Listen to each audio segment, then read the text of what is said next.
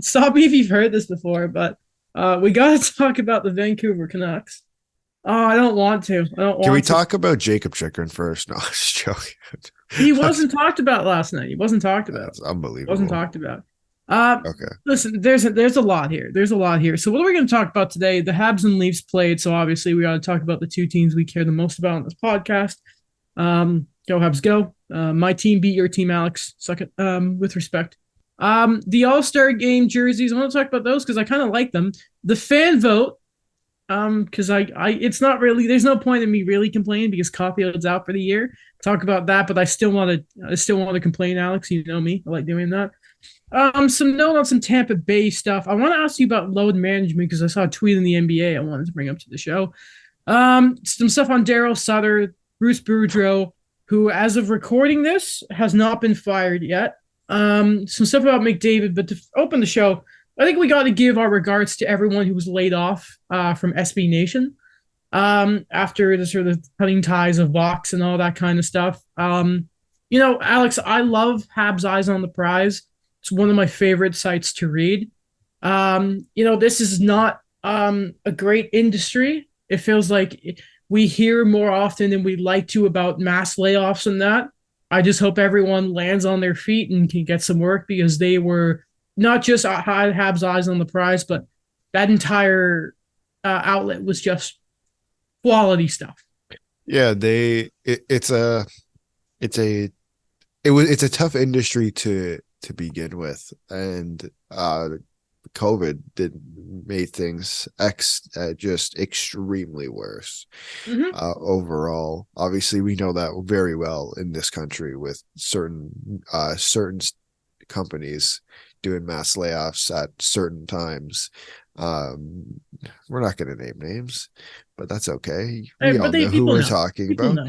It's actually that day's coming up, but we're not going to talk about it. Okay. Listen, I'm just not. Oh no, you're not wrong. But yeah, man, it definitely sucks to lose. I think from a hockey standpoint, we know how definitely coverage for every single team is definitely not up to par from I think most national broadcasts, and to have individual pages covering teams I think is extremely important, and so to lose that, it definitely sucks. Mm-hmm. Great people, great work, and we're gonna miss it. Now there are some sites that are staying. I think it's 6 of them.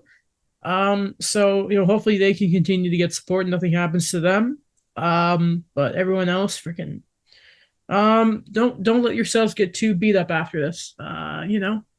As much as we sort of talk about the back, I did take this one course that was, I don't know if you ever had to take it, but the thing of, it's one of those, I forget the exact term, but it was like journalism and the gig in the economy. And it's a course that basically tells you how media has sort of this like death of the newspaper and all that, and how like independent outlets are starting to grow in that. So it's not complete doom and gloom out there. It looks like that at points, but listen, there's some hope out there. Yep. We have to tell ourselves that, being very young, people who want to get into the industry. Yeah, you've been doing a podcast for how many years now? 2.5. God, it's been that long, eh? Jesus Christ. Feels like it's gone by like that, Alex. No, I know. You know what? All these years later, I'm finally right about Watch Out for Buffalo. Yeah, from episode 1. All right, Alex. Oh, where do we go from here? Last night, the Edmonton Oilers take on the Vancouver Canucks in Vancouver. First, before we get there, do you know what milestone Connor McDavid hit last night in that game? I do. He hit 40 goals. Mm-hmm. The fastest to do it since the 99-2000 season when Pavel Bure did it. Wow. When he was a Panther, I believe. Wasn't even the Canuck. Jeez, that guy's ridiculous. That's fun. So he is going to hit 100 points by February. I think we can agree. I think I don't know how much he's at, but it's going to happen. How many, I just want to double check something. How many games have the Oilers played? Ooh, that's a good idea. While you do that, I'm going to look at his Hockey D page. Oh my God. 48. He's at what they've played 48 games? Yeah. and he's played in every single one of them. He's at 88 points. Oh, he's gonna be close. Oh, it's gotta be close. Come on, man, that's stupid. Oh my He is God. 4 goals away from matching his career high, and that was 44 last year in 80 games. Oh my God, This he guy's is nasty. so dumb. What a great player, eh? Very good player. Oh, I love him. Greatest in the league right now. Okay, all right, yeah, Sidney Crosby. You're also forgetting about Raphael Harvey Pinard, All right. my man, Lavaliger. We'll get to him a little later, but a bit of fun. But let's just talk about the elephant in the room. What's not even Which one? Man, I laughing about this. I'm not laughing. I think it's pretty safe. We're not laughing at Bruce Boudreau, but I think we're laughing at how pathetic Jim Rutherford has handled this. I'm going to attach Patrick Alvine to this. I'm going to attach Emily Castonguay, Francesco Aquilini. So before these back-to-back home games, Bruce Boudreau was basically asked how he was going to approach these last few games.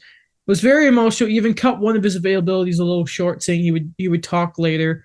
Multiple Bruce, there it is, chants, multiple signs at last night's game showing support for Bruce Boudreau.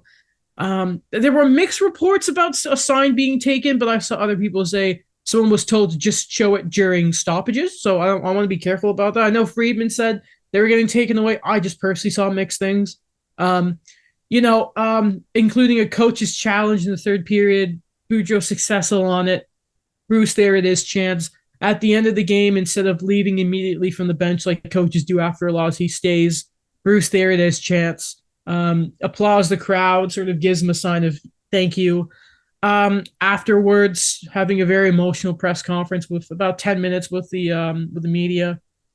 Talking about how apparently about 15 players came to him after the game.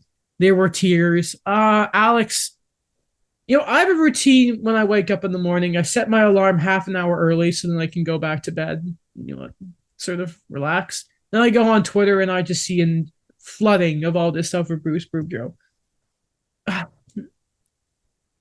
It's bad that not only do we know Rick Tocchet will basically be announced on Monday, and this is from Jeff Merrick last night on the Hockey Night, we know his staff. Apparently, Sergei Gonchar and Adam Foote will be part of it, former NHLers. But I cannot, Alex, in the time I have been a hockey fan, seen such a clown show as the Canucks and how they've handled Bruce Boudreau this year. Yeah, and I think let's put an emphasis on how they've handled it. They could have, the thing that upsets me the most about this whole situation is you could have fired him 2 weeks ago when we all knew for the most part that Rick Tocchet was coming in. There was no reason, it just felt like you were dragging Bruce Boudreau through the mud. And I'm not saying you shouldn't fire him, blah, blah, blah, blah, blah, whatever. Bruce Boudreau was gone at the end of the year. We all know that. We all know he was gone at the end of the year. His contract was up. He wasn't coming back. I don't understand why you had to drag the guy through the mud for 2 weeks. And you knew, the emphasis, with Jim Rutherford and Patrick Alvine, you brought them up.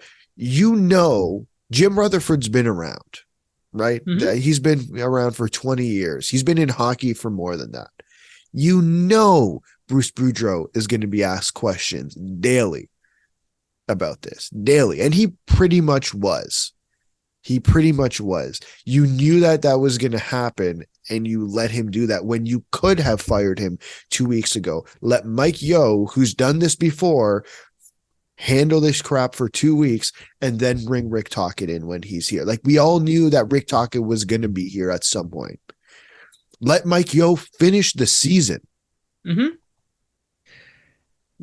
What's the point of dragging this guy? I just don't understand why you had to drag him through the mud. I can understand why he's not your coach. I understand that. I don't get the whole dragging him through the mud. That's what I don't get. It's one thing for it to say it's business. I think we can all understand that, coaches get fired, sometimes wrongly, sometimes rightly. But it's just there's that idea of doing good business, and when you see that it is physically affecting your players on the ice, I just don't get how you can continue to let that happen. And this goes to, I wonder how Francesco Aquilini allows this to happen. I think it's also worth mentioning, Alex, in all of this that, the class on display by Bruce Boudreau here has been incredible. Also, we should say, by the way, as Bruce said, he thought he was done in November. Why didn't you do it? Forget 2 weeks. Do it in November when all this started. When he was getting, when Rutherford was saying, "Oh, the crap training camp, and we're not playing with structure," and we've known for so long he wasn't the guy. I just don't get how it's gone on this long. Now, it's interesting you mentioned the assistants because in his post-game presser last night, Bruce Boudreau did sort of say that any team would be a fool to sort of not hire any of his assistants. It should also be mentioned that he said, as of right now, obviously he's not fired. Who knows what it's like today? I don't know if they have a morning skate or something, Alex, but my God, I wonder what it's going to be like if he has to show up to it. But he just sort of had this remark of, I wonder if they're doing it now, and I'm paraphrasing because I don't have the exact call up here, because their next 3 games are Seattle, Columbus, and Chicago, not in that order, but Seattle's in the middle of it. I think Chicago's the first game. It doesn't matter. And what you can sort of glean from that is 2 very crap teams in a divisional rival, and sort of maybe getting Tocchet in that sort of scenario there. And he sort of joked, good group for the next the next group, good luck. Just he still had his humor there. Man, I just don't know. Like, do you even think Bruce Boudreau gets another job in the NHL? Yeah, as a head coach? As a head coach. Okay, so I saw something on Twitter. Listen, it's Twitter, and these were just fan accounts. They weren't insiders. There's one team in particular who I don't know what's going on in that city. I haven't been able to keep up with the specifics, who really want their coach fired right now. And it's been trending on Twitter. I see at least once a week. Ottawa? Yeah. Hey. So listen, I'm like, I think he'll get a job in the NHL. Like I think he can get a head coaching job in the NHL. Like I don't think I think it's unfair on Bruce Boudreau, considering the situation he was put in, to say this is solely on him. Does he have some blame? I'm sure. I don't know the specifics. I've seen people in Vancouver say, yeah, he probably deserves a little bit of blame. And that's fine. But I think it's hard to say, look at that crap show in Vancouver, and that's fully Bruce Boudreau's fault. I don't think that's going to happen. So I think people realize what's going on in Vancouver. I think he's definitely, I don't know how, in a way, his stock has probably gone up. Like, here's the thing. I personally think, and sorry to make this about the Habs, or you can say, if you watch The Last Dance, I forget who the guy who was there before Phil Jackson, I forget his name, but, sometimes a team in different states needs a different sort of coach. And the feeling people get is Rick Tocchet's going to be the type of guy who basically tries to keep JT Miller in line, right? But I always wonder, by the time the Canadians build to a point when they're a super competitive team, is Marty St. Louis going to be the right guy when that time comes? And I say that because he's so young into his NHL coaching career. Like, Bruce Boudreau, I think, can be because you look at some of the young players, Elias Pettersson's having such a great year and all that, along with Quinn Hughes and all that kind of stuff. I wonder if, even if his days of heading a team like those monster Anaheim Duck teams, the Minnesota teams that weren't sort of heavyweight, but what he got out of that roster, and remember how good they were defensively in that, but they just didn't have any goaltending. If his days of maybe being that kind of coach are done, but he can still be the sort of fun coach that's going to be there for your young players, or even if that's just sort of not your cup of tea, he becomes the nice guy assistant coach. And, he's good with offensive players, so maybe, who needs a different assistant coach who can run a good power play? Come on, Montreal, Bruce Boudreau, let's go. It sounds French. I don't know if he's coming to Montreal. It probably not, but like, you know what, Alex? He talks so much, and he was asked like, how does he deal with this? He joked alcohol, but he's like, I don't drink anymore. And he also credited his wife, which is really really sweet. By the way, shout out to him being late to morning skate and being like, I got you guys, didn't I? Oh, he's such a champ, eh? But you Yeah. know, he talked about his love of the game. And to go through all of this, I don't think there's a better showing of how much someone loves the game.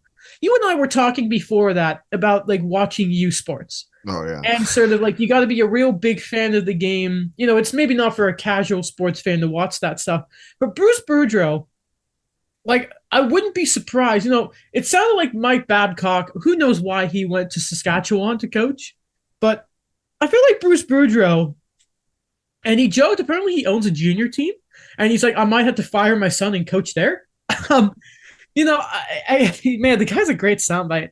But you know, I wonder if he would just coach anywhere if he really could in any role because he loves the game. No. Like, I just the more we talk about it, the more upset I get, Alex. Like, how can you treat this guy? And this is the $1 million question, but how can you keep treating a guy this great in such a crap manner? Like, remember how we talked about a couple of weeks ago that JT Miller was getting called out by the Hockey Night crew and how Yeah. difficult that is to be? Guess who was getting called out last night by the Hockey Night crew? Canucks management. Kelly Hrudey was saying bad things. Kelly Hrudey's like a saint. What are we doing here? God, the Canucks.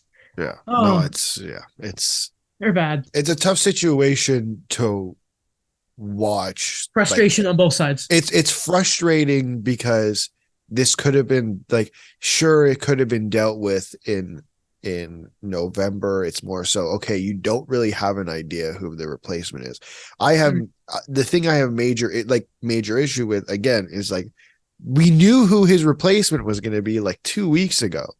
No, we know his whole staff. Yeah, right. Like that's the annoying part. And it was not that it's that we knew it. It's not that they were doing it. It's that someone was leaking it. Mm-hmm. Someone was leaking it. Yeah. I'm not going to speculate on who, because I don't know. It's the fact that it got out there that I think is the annoying part to me. And I get it, that's their job, but still, like, no, I get it. That's the insider's job, but like, I don't know. That part doesn't sit right with me, is the fact that it got leaked. Like, yeah, of course, before you fire the coach, you're going to come up with a replacement, but still. A conspiracy theorist would say maybe they don't want to pay him and all the other people they fired recently, and maybe they're trying to push him into court. That's pure tinfoil hat stuff, but and that's worse than that. Yeah, that's bad. So yeah, I don't think that's happening, but